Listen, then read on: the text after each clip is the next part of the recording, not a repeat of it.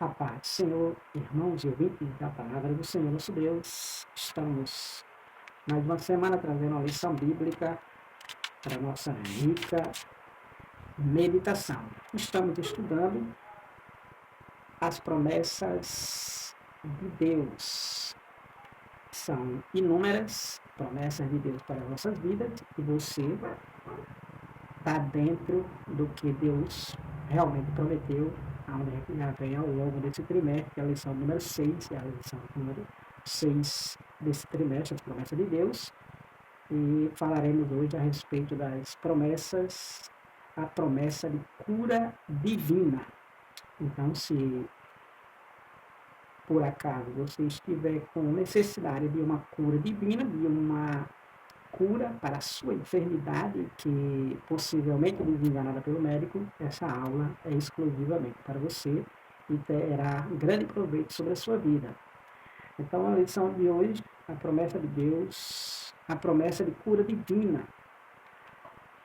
é onde estudaremos. A leitura em classe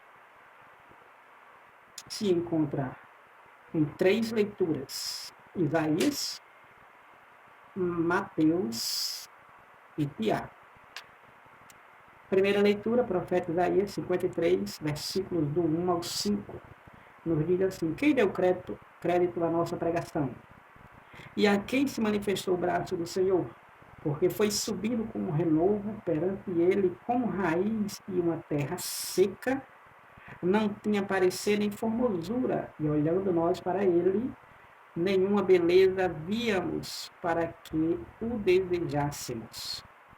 Era desprezado e o mais indigno entre os homens, homem de dores, experimentado nos trabalhos, e como um de quem os homens escondiam o rosto, era desprezado, e nós não fizemos dele caso algum. Verdadeiramente ele tomou sobre si as nossas enfermidades e as nossas dores levou sobre si, e nós o reputamos por aflito, ferido de Deus e oprimido. Mas ele foi ferido pelas nossas transgressões e moído pelas nossas iniquidades, e o castigo que nos traz a paz estava sobre ele, e pelas suas pisaduras fomos sarados. Mateus capítulo 8, versículo 14 ao 17. E Jesus, entrando na casa de Pedro, viu a sogra deste jazendo com febre, e tocou-lhe na mão, e a febre o deixou, e levantou-se e servia-os. E chegando à tarde, trouxeram muitos endemoniados, e ele, com a sua palavra, expulsava deles os espíritos e curava todos os que estavam enfermos, para que se cumprisse o que fora dito pelo profeta Isaías, que diz: ele tomou sobre si as nossas enfermidades e levou as nossas doenças. Tiago, capítulo 5, versículos 14 e 15. Está alguém entre vós doente? Chame os presbíteros da igreja e orem sobre eles, ungido com óleo em o nome do Senhor. E a oração da fé salvará o doente, e o Senhor o levantará. E se houver cometido pecados, ser-lhe-ão perdoados. Texto áureo nos diz assim: verdadeiramente ele tomou sobre si as nossas enfermidades e as nossas dores levou sobre si, e nós o reputamos por aflito, ferido de Deus e oprimido. Isaías 53, versículo número 4. Então, o profeta Isaías, a primeira leitura aqui, justamente o texto áureo correspondente à primeira leitura, está nos mostrando de maneira bem clara a respeito da profecia do Senhor Jesus, a qual realmente se cumpriu.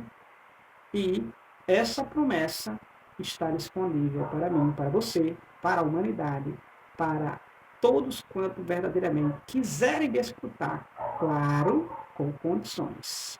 Veremos ao longo desta aula. Na verdade prática nos diz assim: Jesus é o médico dos médicos, e não há enfermidade que ele não possa curar. Então, Jesus realmente, ele é o médico dos médicos. Por quê? Porque Jesus não só cura o corpo, mas ele também cura a alma. Então, ele é o médico dos médicos. Ele é o médico por excelência. Ele é o médico especialista em todas as enfermidades, em todas as doenças, em toda e qualquer deficiência humana, anatomicamente, Jesus tem especialidade em curar, em verdadeiramente sarar. Em Êxodo capítulo 15, versículo número 26, a Bíblia diz que eu sou o Senhor que te sara. Então, ele é este médico dos médicos. Ele é este médico por excelência. O médico todo-poderoso, aonde ele é esse nosso Jeová Rafá, o Senhor que sara, o Senhor que dá saúde, conforme Êxodo 15, 26 já citado, como também Salmo 103, versículo número 3, 103 dos Salmos, e versículo número 3, nos diz assim, que o Senhor é aquele que nos sara, o Senhor é aquele que nos dá a saúde necessária diante das enfermidades. Salmo 103, versículo número 3. É Ele quem perdoa todas as tuas iniquidades e sara todas as tuas enfermidades, doenças. Então, ele é esse nosso médico dos médicos. Ele é o nosso Jeová Rafá, o Senhor que sara. Então, não há enfermidade que ele não possa expulsar, repreender. Por quê? Porque ao fato de Jesus ter vindo a esta terra e passado pelo que passou, ele tomou para si todas as enfermidades, destruindo este poder das enfermidades. E uma vez que nós vamos até ele, até o Senhor Jesus, podemos sim receber esta cura, porque ele já levou essas enfermidades, já destruiu essas enfermidades de uma vez por todas. Veremos, adentrando já aos devidos subtópicos, procurando ser o mais sucinto possível para o vídeo não ficar tão alongado. O tópico número 1, nós temos aí a promessa bíblica da cura divina. A promessa divina da cura divina, a promessa bíblica pela palavra de Deus da cura divina. No subtópico número 1, nós temos aí a profecia messiânica de Isaías, conforme já fizemos a leitura, a primeira leitura, que foi Isaías. Então, a promessa messiânica de Isaías, Isaías 53, essa promessa sobre o Messias, sobre o Senhor Jesus, o nosso Salvador, o nosso médico dos médicos, nosso Salvador amado. Então, Isaías 53, a profecia de Isaías 53, apresenta o Senhor Jesus como o Messias, ou seja, aquele que haveria de vir. Né? Então, Isaías está falando, profetizando a respeito de Jesus 700 anos antes de Jesus vir. E na profecia de Isaías 53, sobre o Messias, o Cristo de Deus, o Messias, que foi pregado na cruz do Calvário, foi para a nossa redenção, foi para nos sarar, foi para nos redimir, nos salvar. Foi para nos salvar. Então, Jesus, na profecia de Isaías, conforme 53 de Isaías, que é sobre o Messias pregado, o Messias crucificado, o Messias morto. Então, foi para a nossa redenção, foi para a nossa salvação. E como já falamos em aula passada, a palavra salvação também é sinônimo de cura. Então, uma vez que alguém é salvo, ele tem esse conjunto, ele tem esses adicionais que faz parte da salvação. A cura faz parte da salvação. A libertação faz parte da salvação. A vida abundante faz parte da salvação. Então, ao receber o Senhor Jesus, adquire esta promessa também inclusa a promessa de cura divina, conforme Isaías 53, versículos do 1 ao 3. Então nós temos aí que, dessa forma, conforme Isaías 53, dessa forma, a obra do Calvário foi operada de maneira completa. Então, dessa forma de Isaías 53, a profecia de o Messias, o Salvador, o Senhor Jesus, então dessa forma, a obra do Calvário, ou seja, o que Jesus fez lá na cruz, o que Jesus fez lá no Gólgota, lá no Calvário, dessa forma, a obra do Calvário foi operada de maneira completa. Então, Jesus, quando estava ali naquela cruz, quando Jesus estava ali fora da cidade de Jerusalém, crucificado lá naquela montanha, no Gólgota, lugar da caveira, então, ali ele estava não somente realizando uma obra, mas ele estava realizando todas as obras. A obra de libertação, a obra de salvação, a obra de vida abundante, a obra de vida saudável, a obra completa foi feita ali no Calvário, através do Senhor Jesus. Então, a obra foi completa, realizada por Jesus, a obra foi perfeita e a obra foi plena, de modo que, além de ser redimido, ou seja, salvo, perdoado e liberto do império do pecado, o salvo também recebe a cura das doenças por causa da obra do Calvário. É bem óbvio que quando uma pessoa aceita o Senhor Jesus, que é aceitar a salvação, é possível que alguma doença que ele tenha já carregado há tantos meses, anos ou décadas, é provável que essa doença seja extinta da sua vida, desapareça da sua vida. Por quê? Porque uma vez que alguém recebe ao Senhor Jesus, também recebe a cura.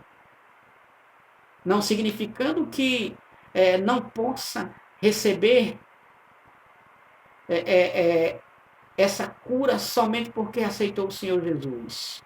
Não significando que, porque aceitou o Senhor Jesus, também imediatamente todas as doenças vão desaparecer da sua vida. Mas significa que podemos receber, sim, essas curas divinas sobre as nossas vidas. Podemos receber, sim, essa vida saudável, porque faz parte da salvação, faz parte do aceitar a Jesus. Isaías 53, versículos 4 e 5, ele levou sobre si. Então, essas doenças não pertencem mais a nós. Essas doenças não pertencem mais ao ser humano, porque Jesus levou sobre si todas elas. A dificuldade que era para nós, Jesus facilitou. Isaías 53, versículos 4 e 5. Verdadeiramente ele tomou sobre si as nossas enfermidades e as nossas dores, levou sobre si, e nós o reputamos por aflito, ferido de Deus e oprimido, mas ele foi ferido pelas nossas transgressões e moído pelas nossas iniquidades. O castigo que nos traz a paz estava sobre ele, pelas suas pisaduras fomos sarados. Então, Jesus ele operou esta obra, operou este processo, essa obra de salvação, incluindo perdão, libertação e principalmente cura. Não somente salvando, livrando da condenação eterna, mas também dando uma longevidade, repreendendo as doenças, dando uma vida abundante, uma vida farta, uma vida feliz, uma vida abençoada. Porque faz parte do aceitar a Jesus, do aceitar a salvação.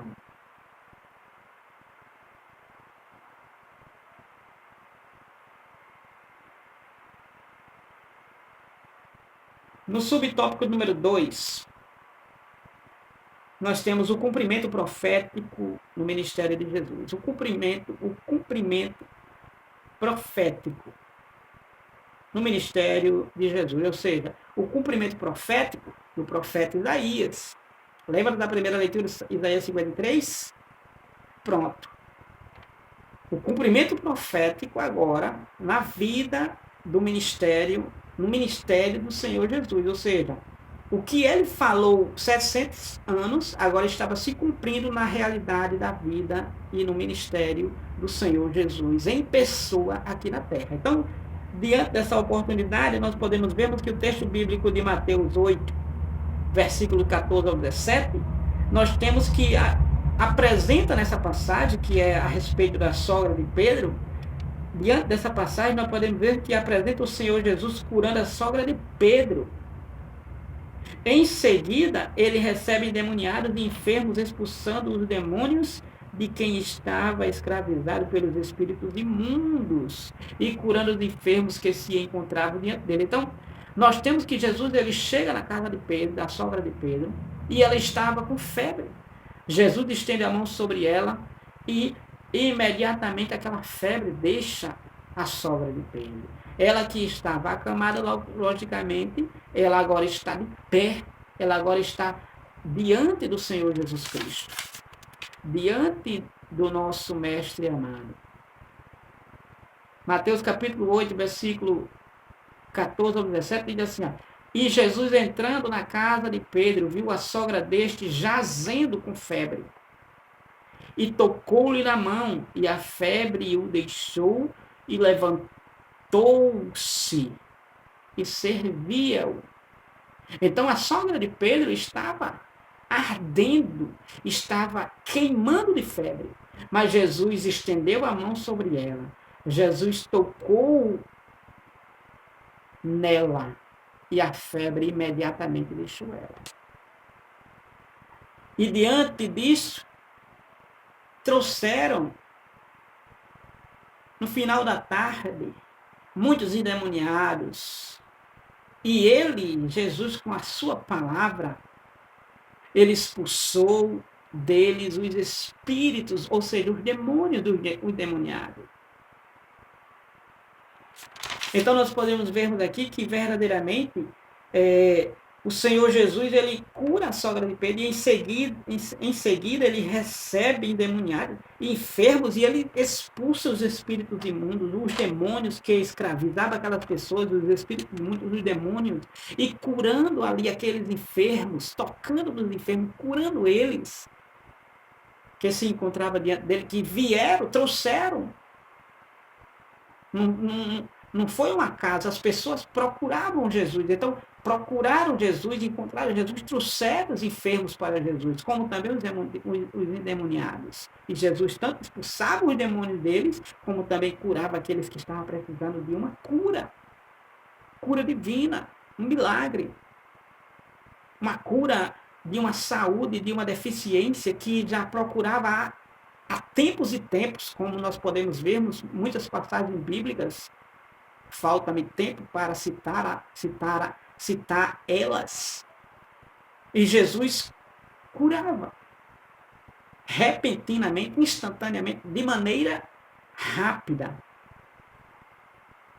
E a Bíblia é bem taxativa em Mateus, nessa passagem da sogra de Pedro, que ele levantou ela, tirou ela da febre, expulsou os demônios dos endemoniados, logo em seguida, que trouxeram a ele. Os enfermos ele os curou. E a Bíblia vai nos dizer, no versículo 17 de Mateus 8, que tudo isso, todos esses episódios, olha o que está escrito, para que se cumprisse o que fora dito pelo profeta Isaías, que diz, ele tomou sobre si as nossas enfermidades e levou as nossas doenças. Então, o fato de Jesus estar curando aquelas pessoas, expulsando aqueles demônios, principalmente curando, que é o tema da nossa aula aqui, então Jesus estava fazendo o que já o profeta Isaías 53 já tinha falado que ele faria futuramente quando ele viesse. E Jesus agora em pessoa estava fazendo o que a profecia realmente estava redigida. Então nós podemos vermos que o cumprimento profético no ministério de Jesus foi de maneira real. Não foi fictícia. Não foi fictício, não foi como aqueles cultos. Estamos em uma escola bíblica, assim posso falar.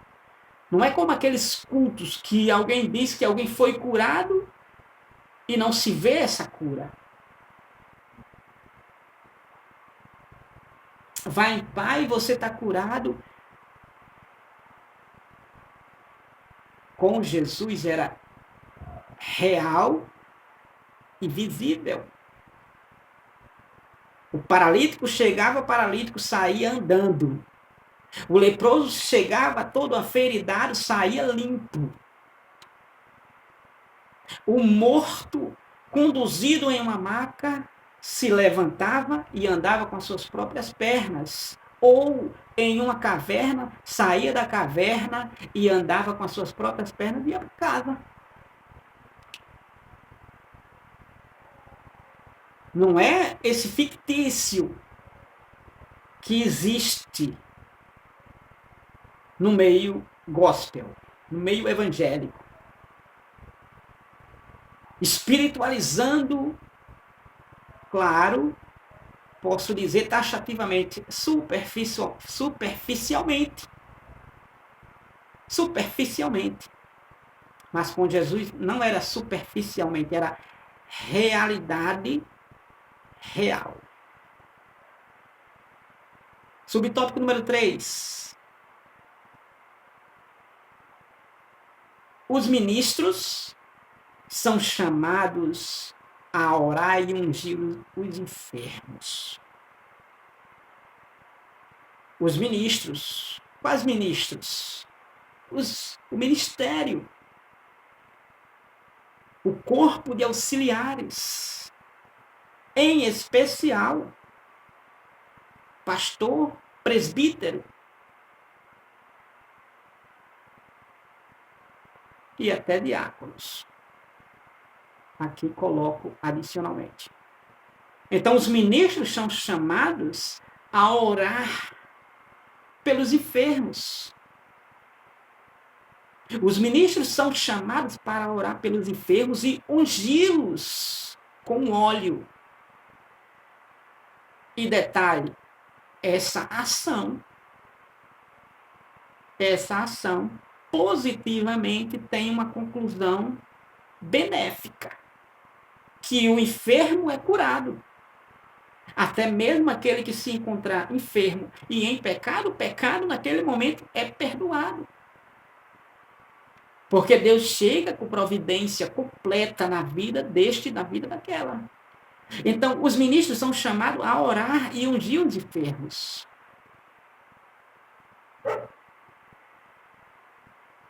Na igreja primitiva, na época da igreja primitiva, que foi posterior ao Senhor Jesus, depois Jesus vai para os céus, volta de onde ele veio, a igreja fica através agora da direção dos apóstolos. Então a igreja primitiva cria no poder curador do Senhor Jesus.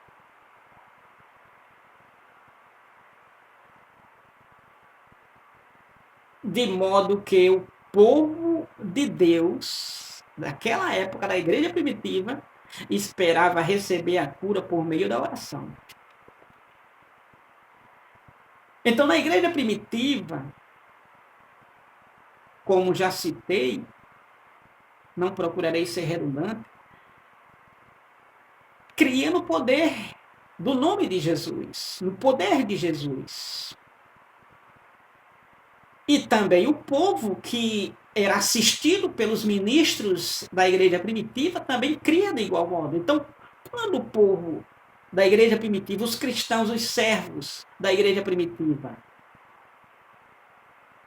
pediam orações, era crendo que naquele momento receberia a cura, receberia o milagre. Assim também como os destituídos também. Então nós podemos vermos que na igreja primitiva, um homem chamado Enéas,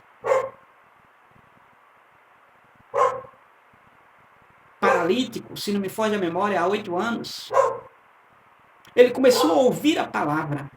E se não me foge a memória, Pedro percebeu que ele tinha fé para ser curado. E de repente Pedro usa, ou foi Pedro ou foi Paulo. Me foge a memória, mas você pode consultar melhor aí na sua casa. Então, viu que ele tinha fé para ser curado? Ele diz, Enéas, o Senhor te dá saúde. E aquele homem foi curado. Aquele homem foi levantado daquela enfermidade. Foi curado. Então a igreja primitiva, ela cria verdadeiramente. Deixa eu me conferir aqui essa referência para não deixar a duvidar. Está em Atos capítulo 9, versículo 32 e 33. Atos dos Apóstolos, capítulo número 9, versículo 32 e 33.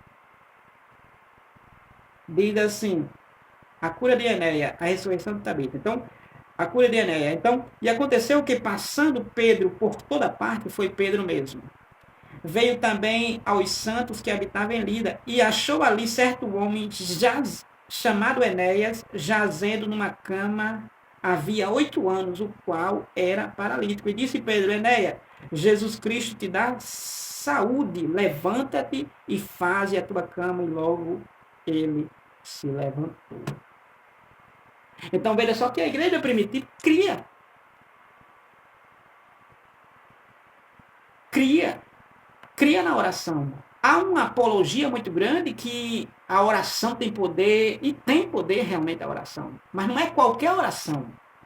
Tiago, capítulo 5, por volta do versículo 17, diz que a oração do justo pode muito ser o efeito. Não é qualquer oração de qualquer um, é a oração daquele que está realmente na presença. É a oração daquele que está realmente em Deus e com Deus. Então a oração deste tem muito efeito, tem muito poder. Não é a oração de qualquer um. É costumeiro você ver, possivelmente na sua igreja, e alguém vai orar, e quando é chamado alguém para orar, quem é que vai orar e colocar a mão sobre aquele? Possivelmente seja o mais pecador dos demais. Você sabe que isso é uma realidade. Mas se espera de que alguém que vai orar por alguém seja alguém que realmente tenha uma vida com Deus, tenha uma vida santa com Deus, tenha uma vida irrepreensível, digna diante de Deus. Porque não é simplesmente a oração. Tem a ver também com o canal que está fazendo a oração. Então, chame os ministros, os presbíteros, como disse Tiago, capítulo número 5, versículo 14 e 15. Está alguém entre vós doente? Chame os presbíteros da igreja, que são os pastores e até presbíteros, segunda pessoa do pastor, e ore sobre eles, ungindo com óleo em o nome do Senhor. Então, chame os ministros. Se você, irmão, está enfermo e você crê neste poder, você crê realmente, tem uma vida com Deus e tem essa crença neste princípio, você pode muito bem chamar. Pode até ser que venha até você um porteiro, pode até ser que venha até você uma pessoa que seja realmente negativo, como eu já falei aqui, citando em ilustração. Então, não é dessa forma. Existem pessoas que realmente têm que ter a capacidade. Principalmente em algo tão complexo como este. Não é superficial, tem que ter espiritualidade. Chame os presbíteros. Então a igreja primitiva tinha esta crença, tinha esta crença real e com princípio na Bíblia Sagrada. Então a igreja primitiva esperava receber, por meio da oração, a cura daquele que estava orando por ela, acompanhada de uma unção com azeite por parte dos ministros da igreja, e, se fosse o caso, também acompanhado da confissão de pecados. Então, é necessário chamar os presbíteros, chamar os ministros, chamar até você, até a sua casa. Chamar até o seu lar, sua residência. E vir, e não pode se recusar. Porque é ofício dado por Deus. E se é um ofício dado por Deus, e se é uma obra dada por Deus, não pode ser negligenciada, na medida que há uma necessidade. Então nós podemos vermos aí a promessa bíblica da cura divina, foi uma profecia messiânica, Isaías 53, que se cumpriu no ministério profético de Jesus, conforme já vimos aí em Mateus capítulo 8, versículos 14 a 17, e essa profecia, essa promessa, ela se estendeu até a igreja, e a igreja que tem os seus ministros, eles são já outorgados por Deus para que verdadeiramente possam ir até os enfermos e os ungir, orando sobre eles, de maneira que Deus poderosamente pode operar, dependendo do canal e dependendo também do receptor. Tópico número 2. No tópico número 2 nós temos origem e consequências das doenças no mundo. Veremos aqui as origens das doenças e as consequências das doenças no mundo. Então nós temos aí o subtópico número 1, a origem das doenças no Éden. Então no Éden, conforme podemos ver no capítulo 3 de Gênesis, o pecado do ser humano fez com que as enfermidades surgissem. Então quando Adão e Eva pecam lá no Éden, eles fizeram com que as enfermidades que não tinha passassem a existir, passassem a se manifestar, passassem a fazer parte da vida deles.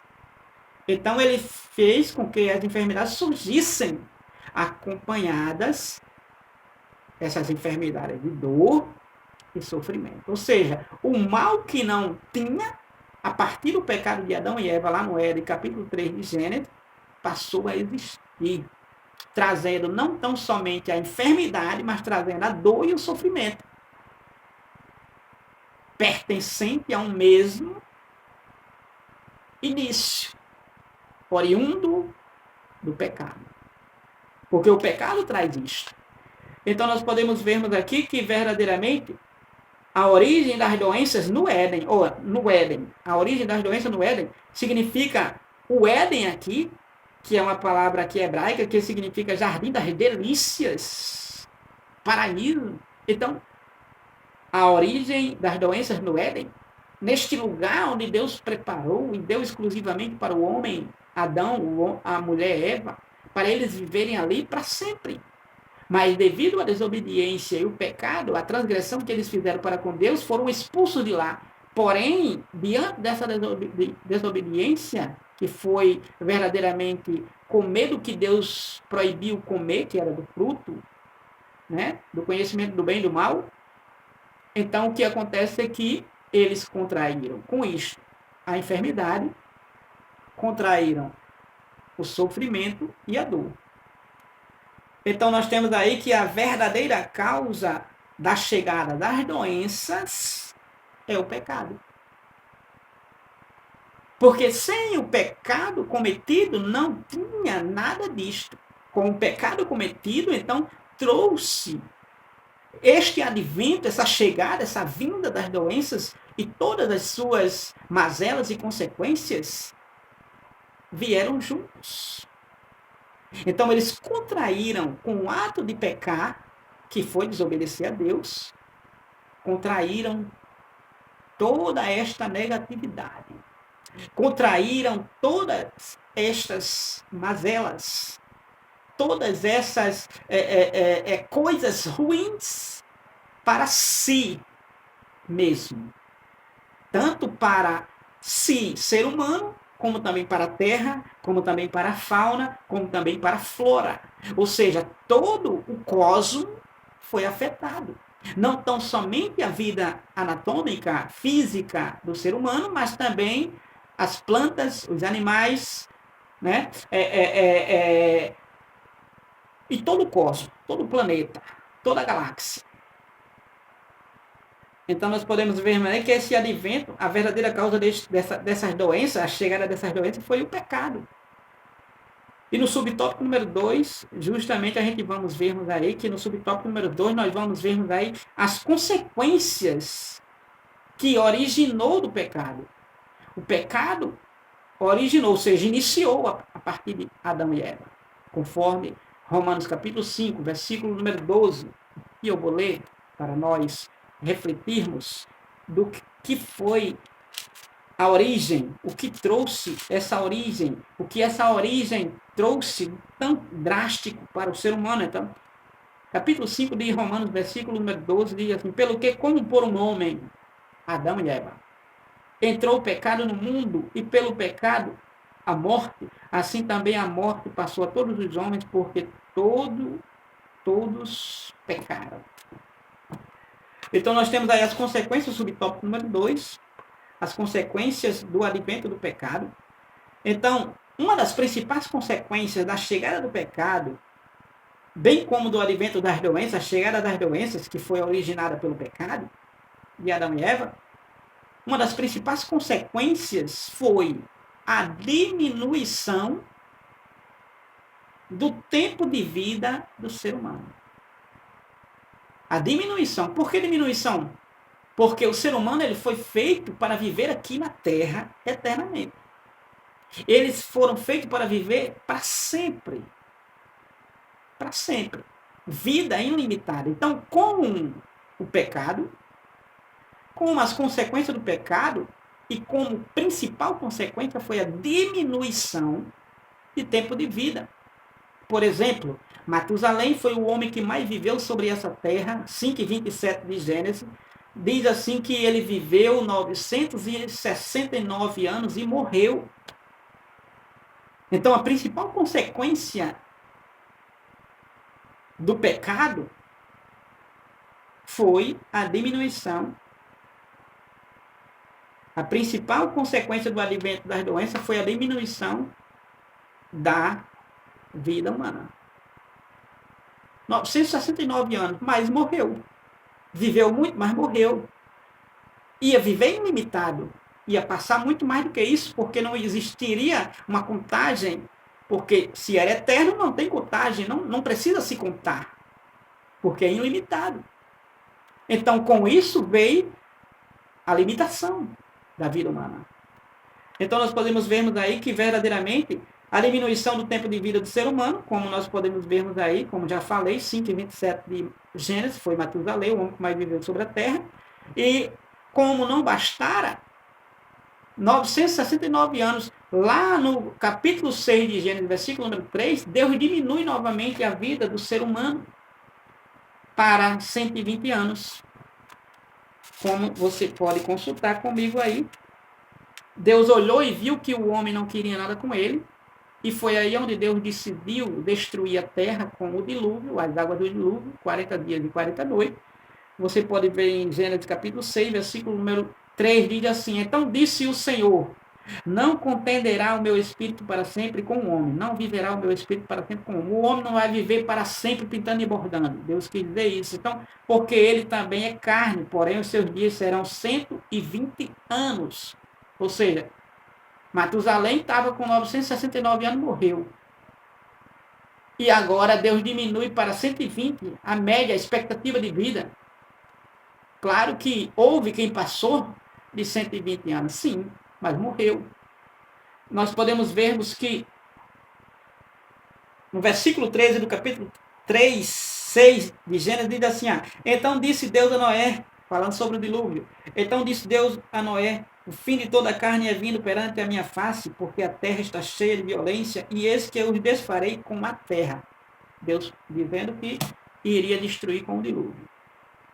Então nós podemos vermos aqui que verdadeiramente Deus diminuiu, Deus limitou o ser humano, e o ser humano agora, de uma vida eterna, passou a ter uma vida limitada, temporária, passageira, momentânea, ainda que viva, como no início aqui, quase 1000 anos, mas depois vai reduzindo para 100 anos, 120 em média, alguns podendo passar. Abraão mesmo foi 175 anos, se não me falha a memória, viveu 175 anos. Então, veja só que vai se mudando. E essa diminuição diminuiu completamente. A gente podemos vermos que no Salmo 90, versículo número 10, Deus disse que a duração da vida humana será de 70. E se alguns passar a 80, olha que diminuiu mais ainda. Se alguns chegar a 70 e passar para 80, quando chegar nessa média, o máximo que eles terão são fadiga e canseiro. Ou seja, está todo quebrado. A visão ruim, a audição ruim, né? O vigor ruim. Não é como um jovem, como um adolescente, uma criança. Ou seja, a diminuição. É a diminuição. O que Deus estabeleceu é realmente se concretizado. Então nós podemos vermos que verdadeiramente, de maneira bem prática, de maneira bem real, a diminuição do ser humano, da vida do ser humano, veio decorrente da origem do pecado, tendo como consequência as doenças, as dores, o sofrimento e principalmente como a principal delas, a morte. Então, ao anunciar Deus o dilúvio para Noé, Deus demarcou o limite da vida humana aos 120 anos, como já fizemos aqui, capítulo 6, versículo 3, versículo 13.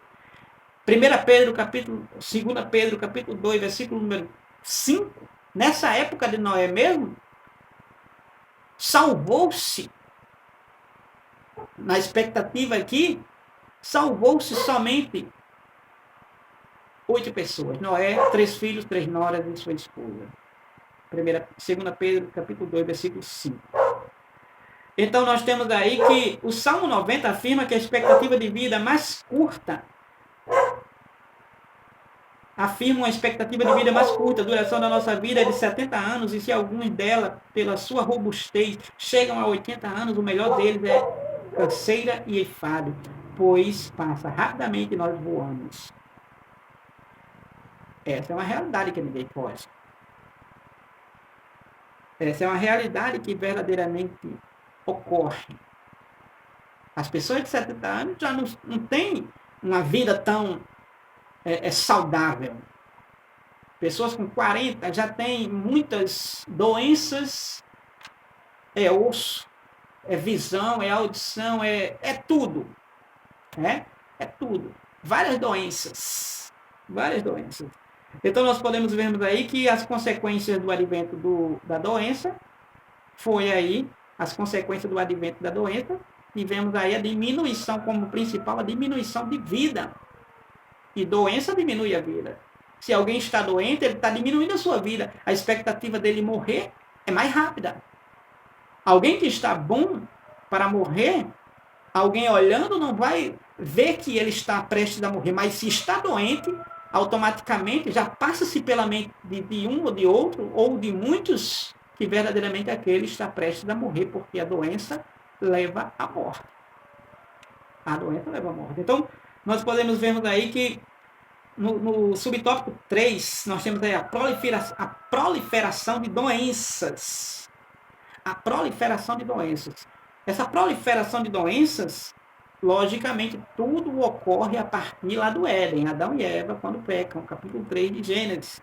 Então, a proliferação, quando falamos de proliferação, estamos falando de multiplicação, reprodução, que se propaga com facilidade. Então, o que aconteceu lá no Éden, inicialmente, com facilidade, se propagou, se multiplicou, se reproduziu rapidamente e passou a toda a raça humana. Não ficou, como alguns dizem, a corrupção o corromper somente com Adão e Eva. Não. Abrangeu a toda a humanidade. A toda a humanidade. Então, a proliferação de doenças, nós temos aí a proliferação de doenças, nós temos aí em duas ordens, vamos citarmos duas ordens, de ordem física, essa multiplicação e reprodução, essa facilidade de se multiplicar, de se propagar essas doenças, nós temos aí de ordem física, nós temos aí doenças cardíacas, diabetes, câncer, dentre outras que levam muitos à morte. De ordem física, de ordem mental, nós temos aí o Alzheimer, são consequências, tudo oriundo lá do Éden, a partir de Adão e Eva. Nós temos aí de ordem mental, nós temos aí o Alzheimer, tratando em relação ao esquecimento, a memória. Temos aí a depressão, que é uma das que mais mata mundialmente. Muitas pessoas vão ao suicídio por causa da depressão.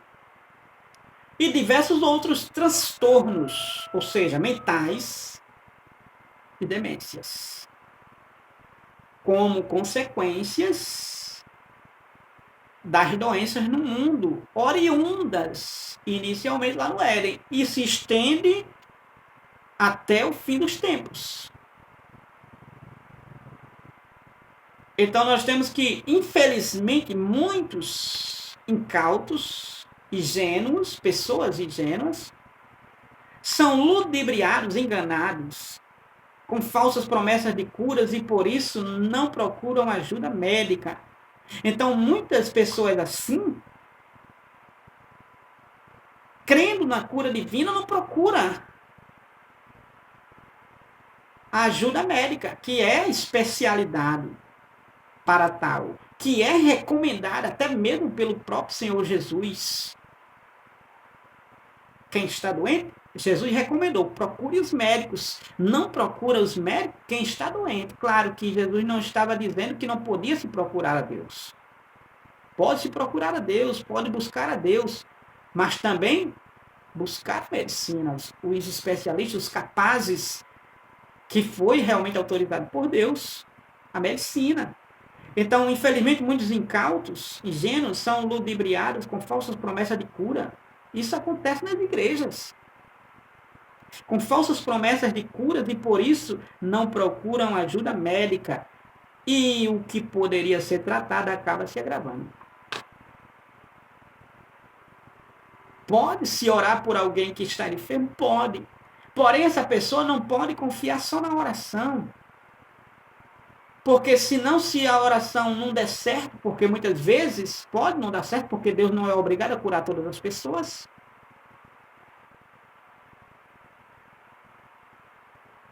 A principal promessa de Deus é salvar. Podendo também curar, sim. Então, com isso, a pessoa deixa de procurar a medicina e não tem a fé para tal, não tem a confiança para tal e acaba se agravando aquela doença mais e mais. Agora, faça como a mulher do fluxo de sangue. Procurou vários médicos, gastou tudo quanto tinha. E como não tinha para onde ir, procurou Jesus. E deu certo. Jesus curou ela. Claro que não estou dizendo que só deve procurar o Senhor, o nosso Deus, quando não tiver mais para onde ir. Não é isto. Então nós temos que, por isso, não é incompatível orar por cura e também, ao mesmo tempo, buscar auxílio dos médicos. Não é incompatível, não é falta de fé. Não é incompatível. Você pode orar por cura e também, ao mesmo tempo, buscar ajuda médica. Sem problema nenhum. Claro que aqui tem aquela parte que alguém procura, num culto, por exemplo, é orado por aquela pessoa e de repente terminou aquela oração, imediatamente a pessoa já coloca dentro do carro e vai para um hospital. Não é essa rapidez não que se está se tratando aqui. É que você pode buscar em Deus, mas também depois, com mais tempo, exames, remédios, médicos e assim por diante. Existem pessoas que tão ingênuos que acaba descartando os remédios que já vem tomando e dando certo e agora alegando ter uma fé que não tem essa fé, mas alegando e de repente procura confiar em Deus, que ele não está confiando, é apenas uma religiosidade, digamos assim. Claro que existem casos que é realmente uma fé, e de repente pioram, porque abandonaram, descartaram o que não deveria ser descartado.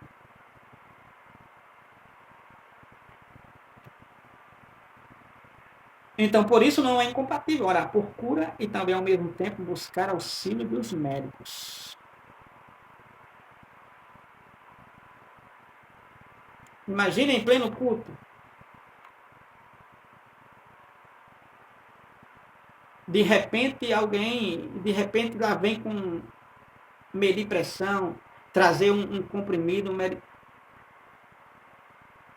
realmente fica como que não cresce no poder da oração. Não cresce no poder que há na oração. Não cresce no poder que foi realmente executado através do canal orador para com o receptor. Se torna um paradoxo. Paradoxal.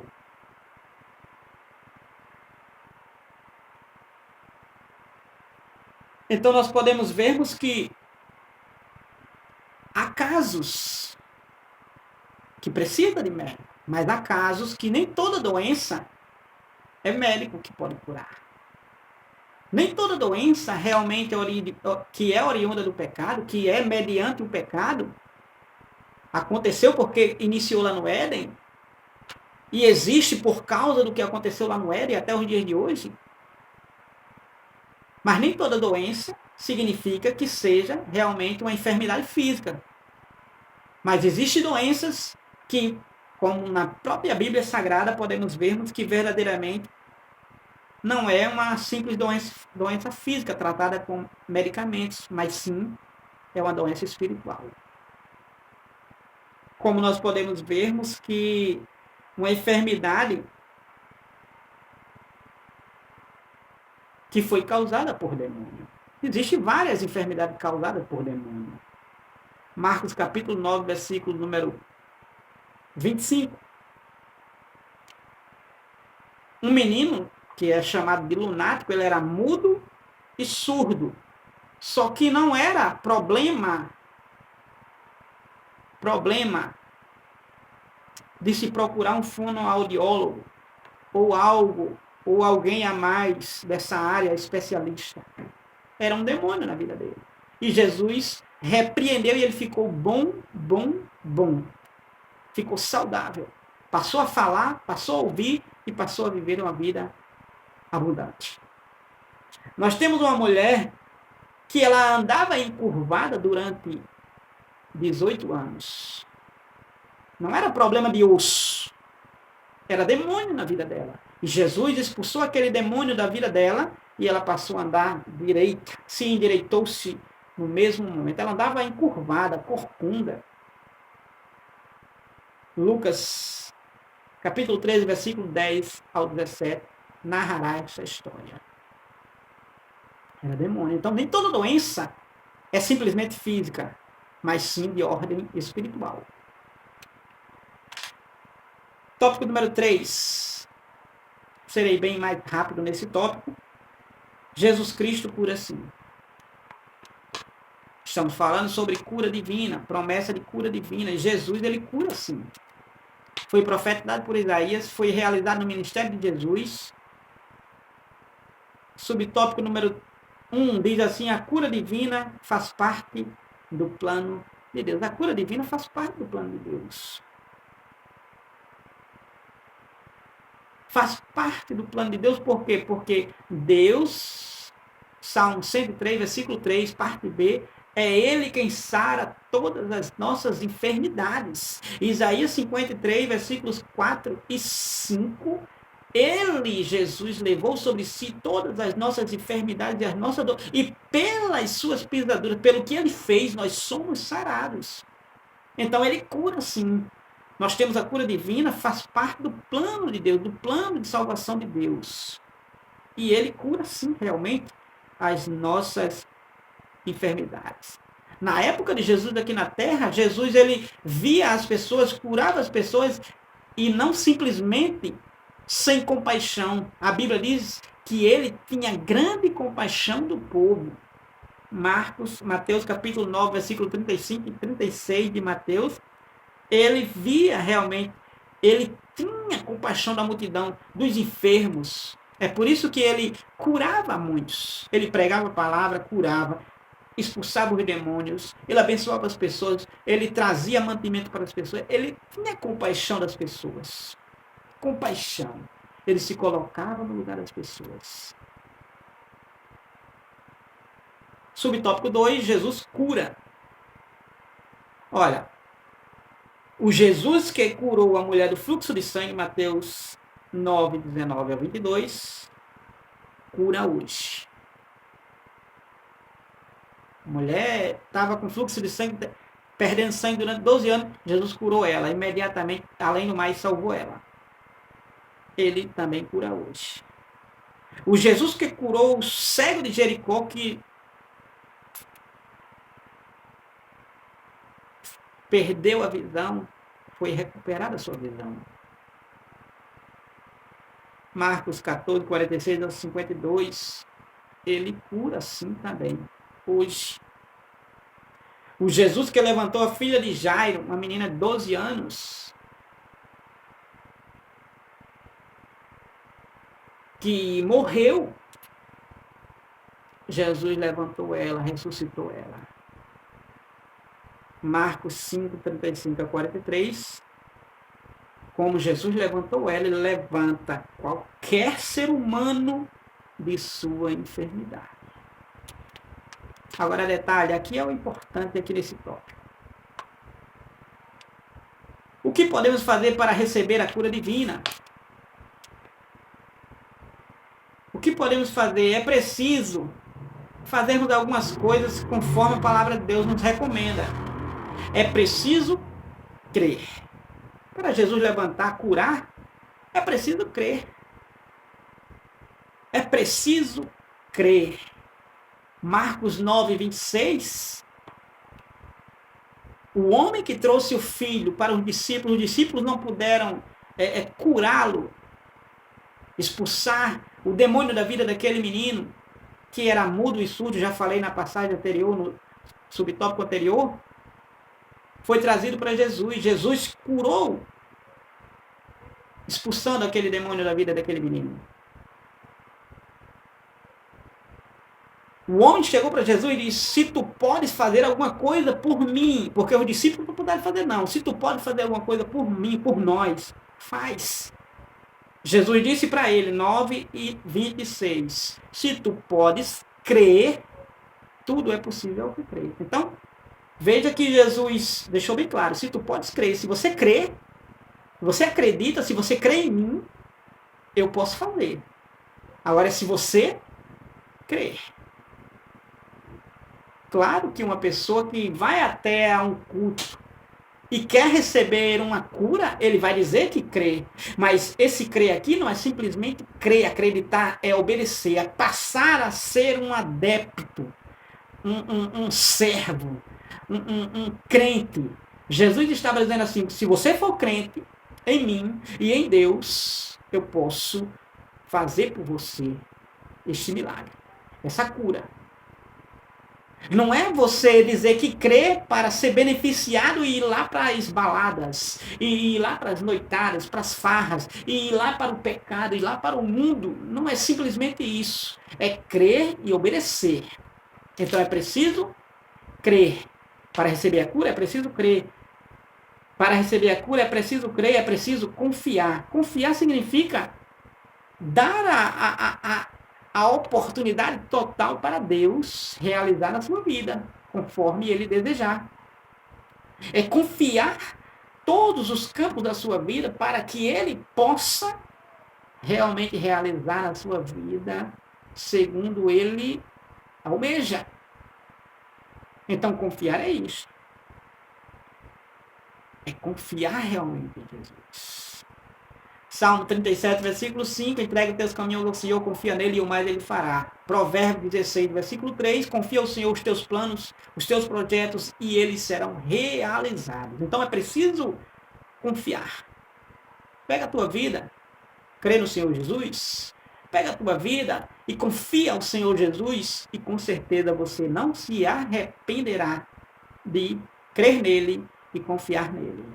É preciso, além de crer e confiar, é preciso crer, confiar e também, se você acredita e quer essa cura divina, é preciso você pedir aos líderes.